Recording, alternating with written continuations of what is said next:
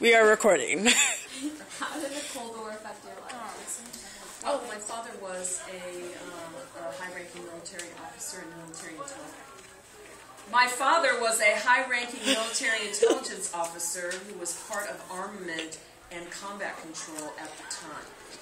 Unbeknownst to us, he was also an espionage agent who went to and from Germany and Russia quite frequently to bring back information to the American government. So it affected me because my father was never home. Okay, you just answered my second question. What is a specific memory from him for you? The Bay of Pigs invasion in 1960, whatever it was, when the communists placed nuclear, I don't know, like George Bush, when they placed weapons onto Cuba, and JFK was the president at the time, told them to they had 24 hours or however long to get them out of there. I didn't see my father for 3 weeks. He was at the command center. He was the officer in charge of pressing the button that would release our nukes to blow up Cuba. Were you ever scared I was that terrified. his life was in danger? Yes. Why was the United Nations important to you? The United Nations? The United Nations is a humanitarian effort as far as I'm concerned. So the United Nations is not particularly important to me, except there was that moment when Khrushchev was at the United Nations and he took off his shoe and he banged on the desk and he said, "We will bury you," to the United States ambassador, and I was terrified by that because Did your father my father. No, I saw it on TV because I'm that old. Shh. What was a good thing about the Cold War for you, if any? No one was getting killed. There were no active bombings, no active combat. But there was a real sense of existential dread, even though I was a little girl, because we knew something was happening, but we didn't know what it was. Yeah. Why was it tough to live then? Like live in that time era in the community? As I said, my father was never at home. Everyone in the neighborhood knew that he was somehow connected with the military, so people bothered my mother a lot. You know, like, what's going to happen next? Or is there going to be an atomic war? My mom was under a lot of stress. And all of us felt it as well. You know, so that wasn't very good. Okay. Did the Cold War ever frighten you, and besides your father, and if it did, then why? Well, as I think I already answered that question. I was afraid the communist threat was very real in our household. And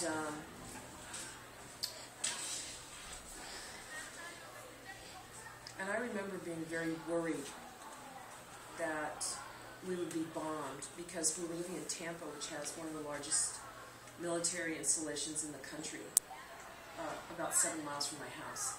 And I was really afraid that we would be obliterated. Even though I was so little, you know, I was only, I think, 12 years old maybe at the time. And so I didn't understand the whole thing, but I knew something was really wrong. The way he says it, like, how did the Cold War affect your family? Not you, not like your community, but your family. And not because your father was in the war, just the whole thing. I don't think I can separate that. Because he was so integrally a part of that war that it's really impossible for me to do that. Well then, how did that affect your community? Like the people around you? Well, I was in a parochial school at the time, and this is going to sound so heretical, but we really stepped up our rosaries. You know, it used to be that we would say our rosaries only on Thursdays, but at our school started saying them every single day. And so there was this heightened sense of hope that God would somehow save us from whatever was going on. And then when we didn't get bombed or get into an actual nuclear war, it was pretty much chalked up to God, whereas it should have been chalked up to the diplomacy of the United States. How did you react when you first heard that we were in a war with the Soviets? You know, I remember first understanding that when I was in 3rd grade. And my father was gone for a long time. It turned out later that he was in Moscow. And I remember missing him very, very much. And my mother comforted me by saying, Daddy is keeping the communists from coming over here and hurting you and your brothers. Of course, I probably cried for 7 or 8 days because I was a sensitive child. Did you even know what communists I did. I did know what communists meant. My parents were very clear on that. And they never treated us like we were, little mindless. They told us very clearly. Did you ever do the duck and cover drills? All the time. All the time. And even then, I remember saying to one of the nuns, what's the point of this? If a big bomb's going to drop, we're all dead anyway. And then I got in trouble. I had to go clap the erasers outside. Remember I told you about that?